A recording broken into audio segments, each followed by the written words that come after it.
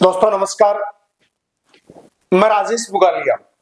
आज ये वीडियो उन विद्यार्थियों के लिए शूट करने जा रहा हूं जो या तो किसी बोर्ड परीक्षा की एग्जाम दे रहे हैं या किसी कंपटीशन परीक्षा की एग्जाम दे रहे हैं। तो यदि आप इन दोनों में से एक भी काम कर रहे हैं तो इस वीडियो को पूरा देखने से मत चूकना, क्योंकि मैंने आप लोगों के लिए इस वीडियो में यह प्रयास किया है कि किस तरीके से आप अपनी परीक्षा के अंदर आप सफल हो सकते हैं, किस तरीके से आप अपने लक्ष्य को आप प्राप्त कर सकते हैं। मैं अलग अलग 7 बिंदुओं पर आपके साथ इस वीडियो में मैं आपसे बात करूंगा। यदि आप इस चैनल पर आप नए हैं तो आप इसको सब्सक्राइब करें, बेल आइकन दबाएं, ताकि मेरे द्वारा इस तरीके की गई मेहनत आप तक पहुंच सके, आप इसका लाभ ले सकें और मुझे एक आत्मसंतुष्टि मिले कि मैं जो काम कर रहा हूं वो कहीं ना कहीं मेरे विद्यार्थियों के काम आ रहा है। तो मैं सबसे पहले बात करना चाहूंगा मस्तिष्क। मस्तिष्क एक कंप्यूटर है, मस्तिष्क एक सुपर कंप्यूटर है। जिस तरीके से कंप्यूटर को चालू रखने के लिए या कंप्यूटर से काम लेने के लिए उसे एक पावर की रिक्वायरमेंट होती है, ठीक उसी तरीके से अपना जो दिमाग है उसको भी एक पावर चाहिए होता है, और वो पावर होता है अपनी सोच, अपना विचार। अपन कई बार परीक्षा दे रहे होते हैं, परीक्षा की हम तैयारी कर रहे होते हैं, लेकिन हम सोचते हैं कि मैं असफल हो जाऊंगा तो, मैं ये नहीं कर पाऊंगा तो, मेरे कम नंबर आएंगे तो, मुझे लोग क्या कहेंगे। तो हमारे माइंड में हमेशा पावर किस चीज का मिल रहा है? नेगेटिव थॉट्स का मिल रहा है। तो सबसे पहले आप अपने आप को यह स्वीकार कर लें कि मैं सफल हूं, मैं सफल हूं। तो बार बार आपको इस चीज का पावर देंगे आप।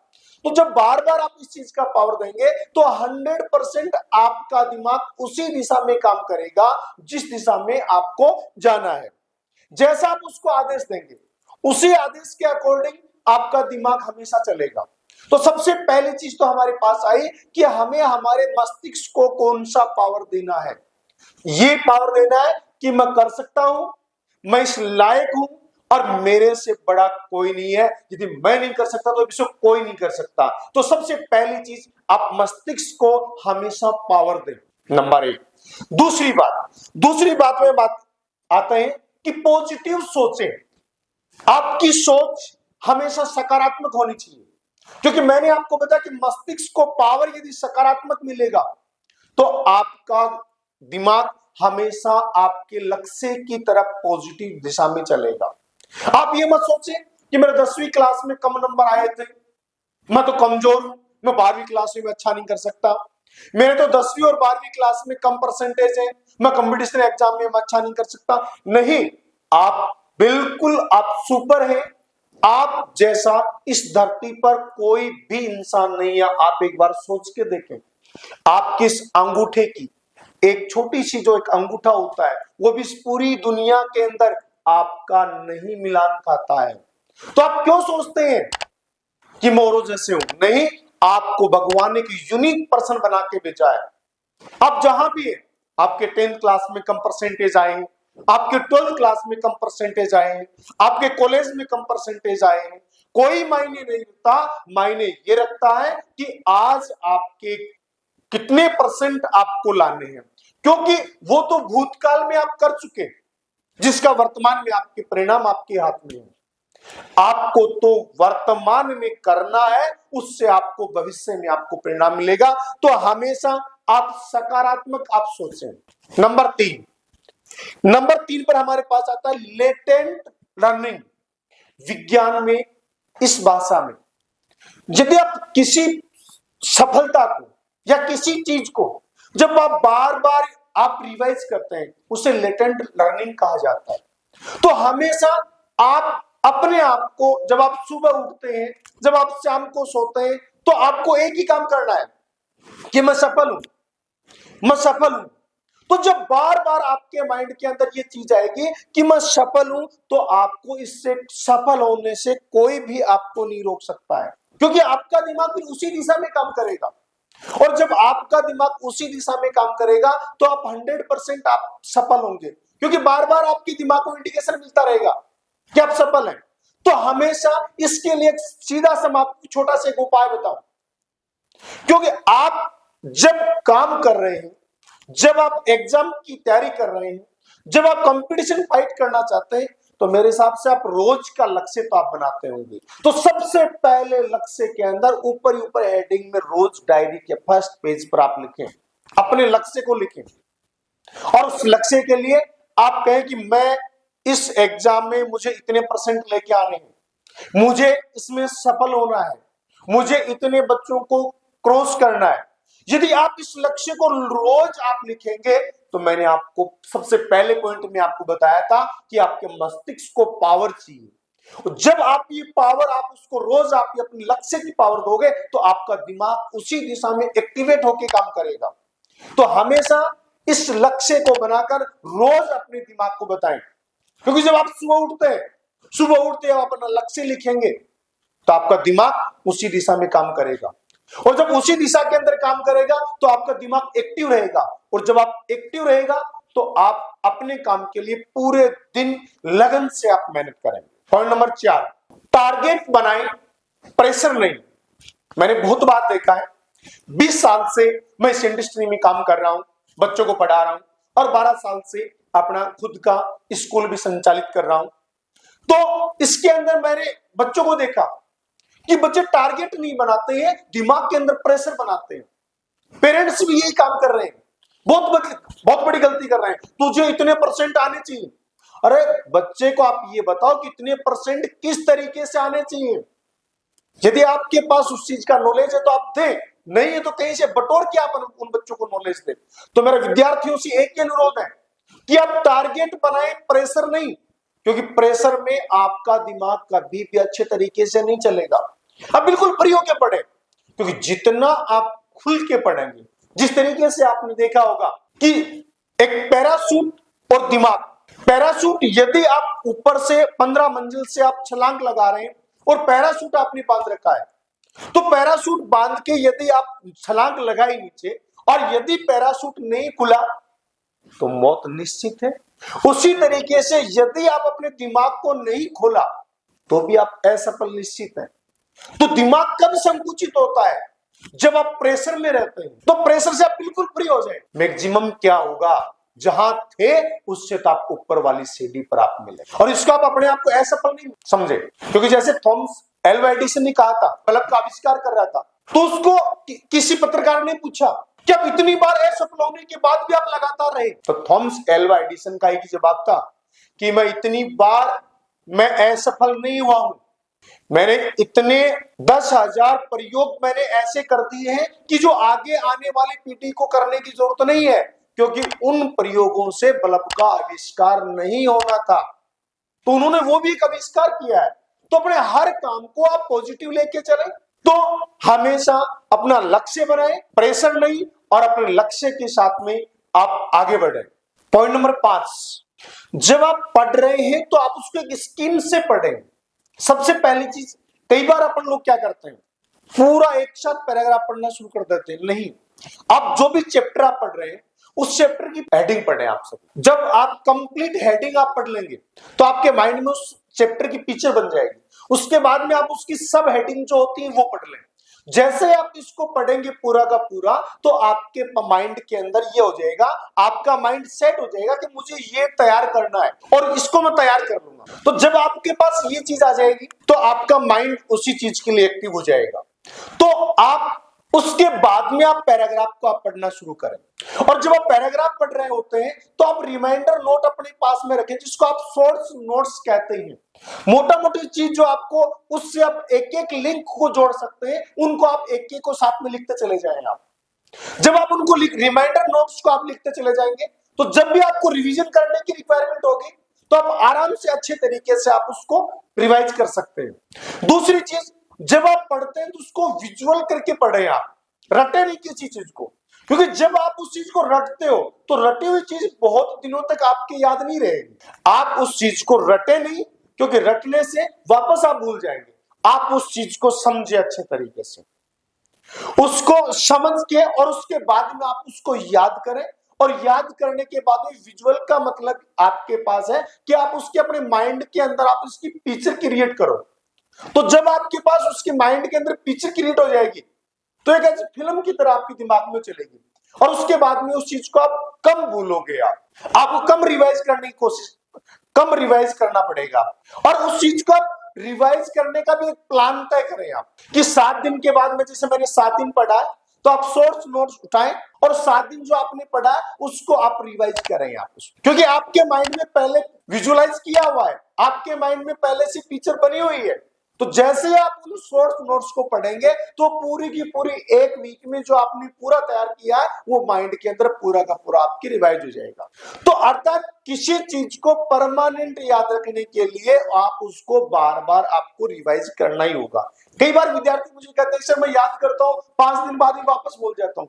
अरे आप एक बार सोचो तो सही, ये भी तो एक मेमोरी कार्ड ही है, ये ओवरफ्लो हो जाता है। तो जब आप उसको रिवाइज करेंगे तो वापस आपके माइंड के अंदर वापस आ जाएगा। तो इस तरीके से आप पढ़ने का जो सिस्टम है वो एक अच्छे तरीके से आप उसको रखें, प्रॉपरली हेडिंग, सब हेडिंग और उसके बाद में पैराग्राफ पढ़ें और उसके साथ में आप शॉर्ट्स नोट्स बनाते रहें, विजुअलाइज करके पढ़ें ताकि आपके माइंड में फिल्म सी आपके बनती रहेगी और वो आपके लिए हमेशा आपके याद रहेगी। आप रटे नहीं, उनको अच्छे तरीके से समझकर और उसके बाद में आप उसको याद करें। State point number 6, study planning.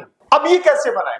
आप पहले, सबसे पहली चीज अपनी स्टडी की कंप्लीट आप प्लानिंग तैयार कर रहे हैं, क्योंकि हम लोग प्रॉपर प्लानिंग तैयार नहीं करते। आप ये देखो कि मेरी एग्जाम कितने समय बाद में, मेरे पास कितना सिलेबस है, इस सिलेबस को मुझे किस तरीके से तैयार करना है, उस पूरे समय को और पूरे सिलेबस को दोनों को आप एक साथ रखें। फिर उसके बाद में आप ये देखिए कि मैं पूरे दिन में कितना पढ़ लेता हूं, उसके बाद में आप पूरे दिन के हिसाब से वो सिलेबस को और टोटल समय के साथ में आप उसको अलग अलग छोटे छोटे टुकड़ों में आप उसको बनाएं।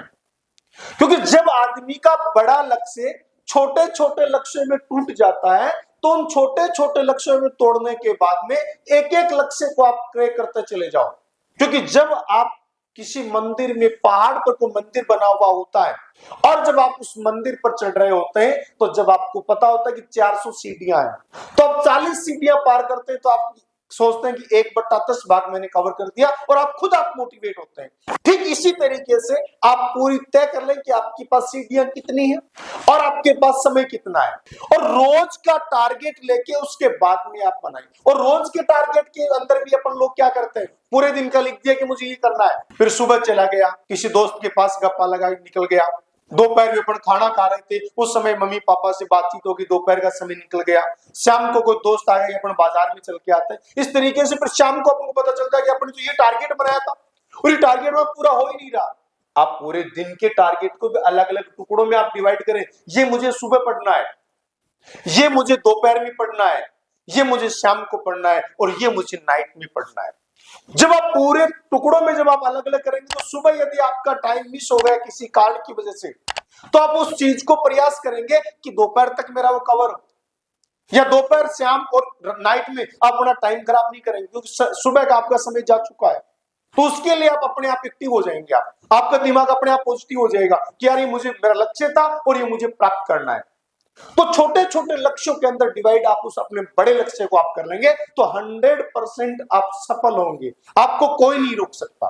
पॉइंट नंबर 7, पढ़ते समय आप इन बातों को आप जरूर ध्यान रखें। वो बातें हैं जो आप सभी जानते हैं लेकिन वो गलतियां हम सभी करते हैं। वो है सबसे पहली चीज, अपनी जब आप पढ़ रहे होते हैं तो आप, सबसे बड़ी जो आज की बीमारी है इस मोबाइल के अंदर, हम इंस्टाग्राम खोल के बैठे हैं, हम यूट्यूब खोल के बैठे हैं, हम फेसबुक खोल के बैठे हैं और हम उन लोगों को देख रहे हैं, उन चीजों को देख रहे हैं जो आपके लाइफ में कभी काम नहीं आनी है। तो सबसे पहला काम तो आप ये करें, जब भी आप पढ़ने के लिए बैठते हैं अपने मोबाइल को आप साइड में स्विच ऑफ करके रख दें। यदि आप स्विच ऑफ भी नहीं कर सकते हैं किसी कारण से, आप उसको साइलेंट कर दें और उसको आप साइड में रख दें। और साइड में रखने के बाद में अब कई बार हम लोग करते हैं कि मुझे लगातार 4 घंटे पढ़ना है। अरे 4 घंटे लगातार पढ़ने की जरूरत नहीं है। अब छोटे छोटे ब्रेक लेते जाओ। हर 1 घंटे के बाद में आप 5 मिनट का ब्रेक ले, आराम से अपने रूम के अंदर ही घूमे, चाहिए कोई दिक्कत नहीं। जो पढ़ा है उसके आप माइंड के अंदर उसको विजुअल करो आप, लेकिन आप 5-7 मिनट का ब्रेक जरूर दो आप, उससे आपका माइंड रिफ्रेश होगा, आप अगले टॉपिक को अच्छे तरीके से कर पाएंगे। तो ब्रेक आप जरूर, मोबाइल आप बंद रखें। अगली चीज, जहां आप पढ़ रहे हैं उस रूम के अंदर आपकी लाइटिंग और साफ सफाई अच्छे तरीके से है कि नहीं है, क्योंकि जब आपके रूम के अंदर जब पढ़ रहे हैं लाइट कमजोर होती है तो भी आपकी आंखों में दर्द होने लग जाता है, तब भी आप नेगेटिव होते हैं। और बहुत ज्यादा लाइट होती है वो भी आपके माइंड को प्रेशर देती है, आपकी आंखों में दर्द होने लग जाता है, आपकी जलन होने लग जाती है। तो रूम की स्टडी जो आपका रूम है वो भी आपका बिल्कुल पीसफुल होना चाहिए, और पीसफुल होने के साथ में वो भी एकदम साफ सुथरा, लाइटिंग वाइटिंग एकदम ओके करके आप रखें। नेक्स्ट बात जिसको मैं आपको बहुत सख्ती से मैं आपको कहना चाहूंगा, अरे आप एक बात बताओ मेरे, जब आप किसी दोस्त के कहने से आप बुरी आदत आप सीख जाते हैं, आप ड्रिंक करना सीख जाते हैं, आप नशा करना सीख जाते हैं, आप गलत काम सीख लेते हैं, और जब आप दोस्त आपको कहता है कि मेरे लिए तो ये नहीं कर सकता, तो आप ऐसे दोस्त भी बना लो मेरे दोस्त कि जो आपको ये कहे कि तू मेरे लिए पढ़ नहीं सकता क्या, यदि मैं पढ़ रहा हूं तो तू नहीं पढ़ सकता क्या, ऐसे दोस्त भी बना लो। जब आप बुरी आदत आप डाल सकते हो अपने अंदर, तो मेरे दोस्त एक पढ़ने वाली अच्छी आदत भी आप डाल लो, डालनी तो आपको आदत ही है, तो अच्छी आदत आप डालें, पढ़ने की आप आदत डालें, क्योंकि जब आपके अंदर पढ़ने की लत लग जाएगी तो आपको जिस तरीके से खेलने में, आपको बाहर भागने में, आपको फिल्म देखने में, आपको बाहर घूमने में जितना आनंद आपको आता है, आपको उतना ही आनंद इस पढ़ाई के अंदर भी आने लग जाएगा। और जब आपको इसकी आदत लग जाएगी उसके बाद में आप सफल भी हो जाएंगे। अब सोचो एक बार, हम क्या कर रहे हैं, हम कहां हैं और हम क्यों भाग रहे हैं। एक शाम को जब सोते समय आप इस चीज को आप एक बार जरूर देख ले, क्या पूरे दिन में मैंने आज क्या किया है, जो लक्ष्य मैंने डिसाइड कर रखा था उस लक्ष्य के लिए मैंने आज पूरे दिन में क्या किया। किसी से पहले वाले पॉइंट मैंने बताया कि छोटे छोटे लक्ष्य आपको बनाने हैं। सुबह जब आप उठते हैं, जब आप लक्ष्य डायरी के अंदर बनाते हैं, तो शाम को सोते समय एक बार आप जरूर एनालिसिस करो, अपने उस फोन को उठा के देखो एक बार कि मैंने कितने घंटे मोबाइल चलाया है, उसमें यूट्यूब कितना चला लिया, फेसबुक कितनी चला ली, उसमें इंस्टाग्राम कितना चला लिया। आप देखोगे 1 से 2 घंटे, 2 से 3 घंटे आप उसके अंदर समय खराब कर रहे हैं। तो इन चीजों से आप बचें। जब तक आप लोग इन चीजों से आप बचेंगे तो हमेशा आप अपने लक्ष्य के लिए आप दिमाग एक्टिव रहेगा। वापस मैं पहले वाले पॉइंट के साथ आपको कनेक्ट करना चाहूंगा कि आपका मस्तिष्क एक सुपर कंप्यूटर है, और किसी कंप्यूटर को चलाने के लिए पावर की रिक्वायरमेंट होती है, और वो पावर आपकी सोच, आपका विचार। तो हमेशा आप सुबह उठते समय लक्ष्य की तरफ सोचे, आप उसको बार बार लिखें, क्योंकि जब आप उसको बार बार आप लिखोगे तो आपका दिमाग एक्टिव होगा। जब आपका दिमाग एक्टिव होगा तो शाम को सोते समय पूरे दिन का आप एनालिसिस करो कि उस लक्ष्य के लिए मैंने पूरे दिन मैंने क्या किया है। आप इस चीज को करने लग जाओगे तो मेरे दोस्त आप गलती नहीं करोगे। आप और मोटिवेशनल वीडियो रोज का एक अच्छा सा एक वीडियो देखें जिससे आपके अंदर का खून आपका दौड़े, रोज एक वीडियो आप देखें। और दूसरी बात, पढ़ते समय कई बार हम लेट के पढ़ते हैं, आप लेट के पढ़ें लेकिन कुछ समय के लिए पढ़ें, क्योंकि जब आप बैठ के कुर्सी पर बैठ के एक्टिव आपके पढ़ेंगे तो आपको ब्लड का सर्कुलेशन आपका एकदम सही रहेगा, ब्लड सर्कुलेशन आपका सही रहेगा तो आपका दिमाग भी आपका सही चलेगा। जैसे आप लेट के पढ़ेंगे तो आपका दिमाग तुरंत प्रभाव से आप सोने की अवस्था में आप चले जाएंगे और आपको नींद आने लग जाएगी। तो आप इससे बचने के लिए मैंने आपको बताया कि आप छोटे छोटे ब्रेक में आप पढ़े, 1 घंटे आपने पढ़ लिया, 1.25 घंटे आपने पढ़ लिया, फिर 5 मिनट घूमो, मुंह पर ठंडे पानी के छींटे मारो, आप बिल्कुल तंदुरुस्त हो जाएंगे। और फिर आप 1 घंटे पढ़ने के लिए आप बिल्कुल आप रिचार्ज हो जाएंगे। तो इस वीडियो के माध्यम से मैं आप लोगों से ये कहना चाहूंगा कि मेरे दोस्त अपने लक्ष्य को लिख ले, और जो ये 7 पॉइंट मैंने आपको बताए, इन 7 पॉइंटों पर आप एक बार अमल करें और उसके बाद में आप स्टडी करें। मेरी गारंटी है कि आप इस लक्ष्य को आप 100% अपने लक्ष्य को आप प्राप्त करेंगे और अपने माँ बाप का, अपने गांव का, अपने समाज का आप नाम रोशन करेंगे। और आप इस चीज को आप मान लेना, आप उस दिन अपने आप को सफल मानना जिस दिन आपके पिता को, आपके गांव को, आपके समाज को, आपके जिले को, आपके राज्य को, आपके देश को जब आपके नाम से जाना जाएगा, उस दिन आप अपने आप को सफल मानना। Thank you. जय भारत, जय हिंद।